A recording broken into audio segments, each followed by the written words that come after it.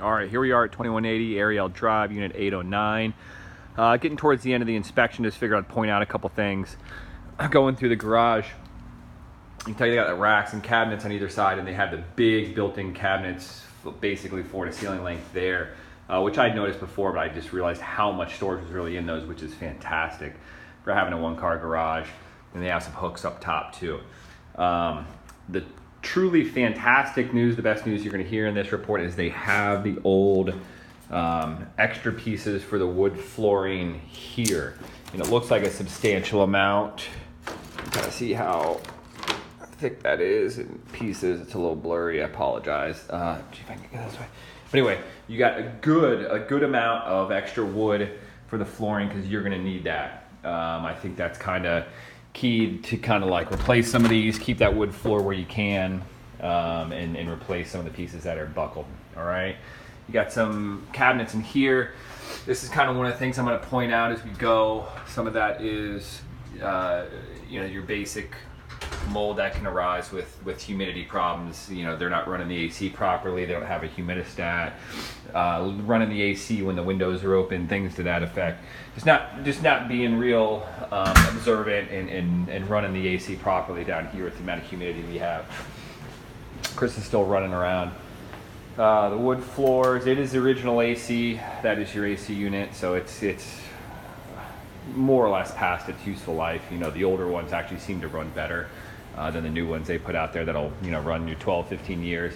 But I've seen AC units run 20 to 25 years, but it definitely is running on its last legs, more or less. There's one little spot here that you could replace on the wood floors. And we saw this a lot in the videos. Where'd the light go? You got a bunch of cracked tiles here in this bathroom. You have cracked tiles here in the entryway. Okay, so my advice is going to be to refinish the wood floors, and then where you have tiles here in the entry, which isn't a very big spot, there's a crack here as well. And you may have already planned to do some of this, I don't know. I'm just kind of throwing in my 2 cents.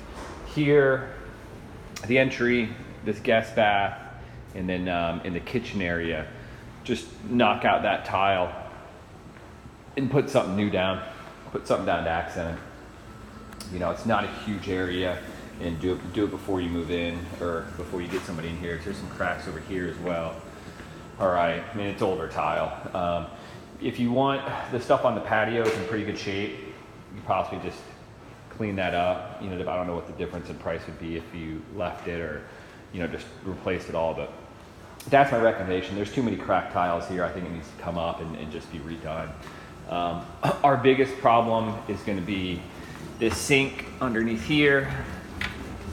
They had a water leak that they kind of let go, and it just got a little worse over time. So that's caved in. This cabinet piece needs to be replaced, which in the grand scheme isn't that big of a deal. It's more or less, what could be behind that wall underneath this piece. The good news is it didn't. I could actually just see a drip come right there. I don't know if you saw that. And that's because the dishwasher is going right now. This piece here on this side, so it doesn't seem like the water's come through. He ran the moisture meter test on here, and it came back dry, which is good news, which means this part should be able to be salvaged. Basically, just this cabinet unit here needs to be replaced.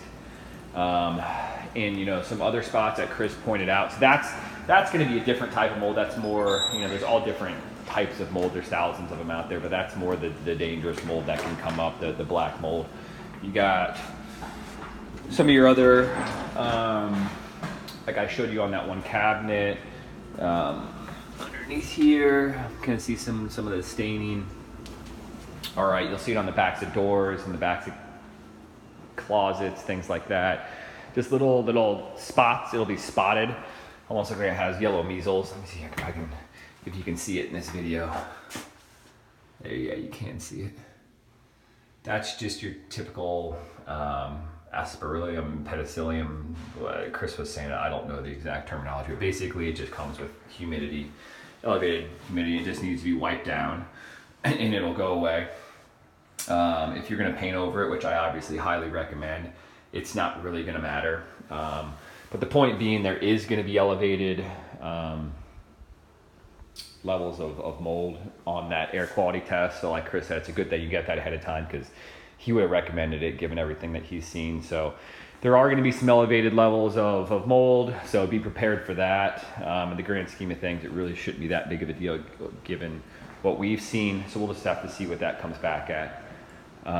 Since you're repainting the whole place anyway, again, which I highly recommend, shouldn't be that big a deal because it'll kill it all. It's just basically what's under that kitchen sink that's more of a concern. But it's pretty confined to that area. So this is one of the wood floor panels, this little strip here that needs to be replaced. I got a guy who does it. He's done it for 2 of my clients. Should be able to do that. Between that piece there, sorry, I'm spinning around a lot as my thoughts are coming.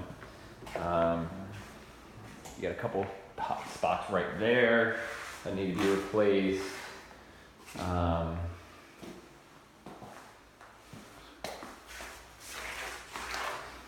There's a couple little parts and pieces there. Once it gets buffed, sanded and buffed, most of it should come out pretty good. You could do that spot. Let's see what else.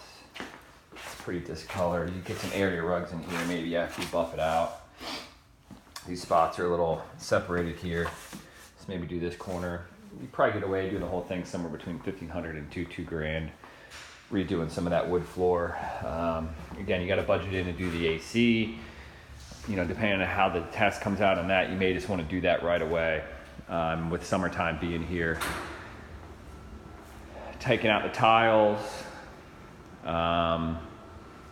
fixing this sink. We basically got this place for a good 40 grand, what I would consider 40 grand under market value.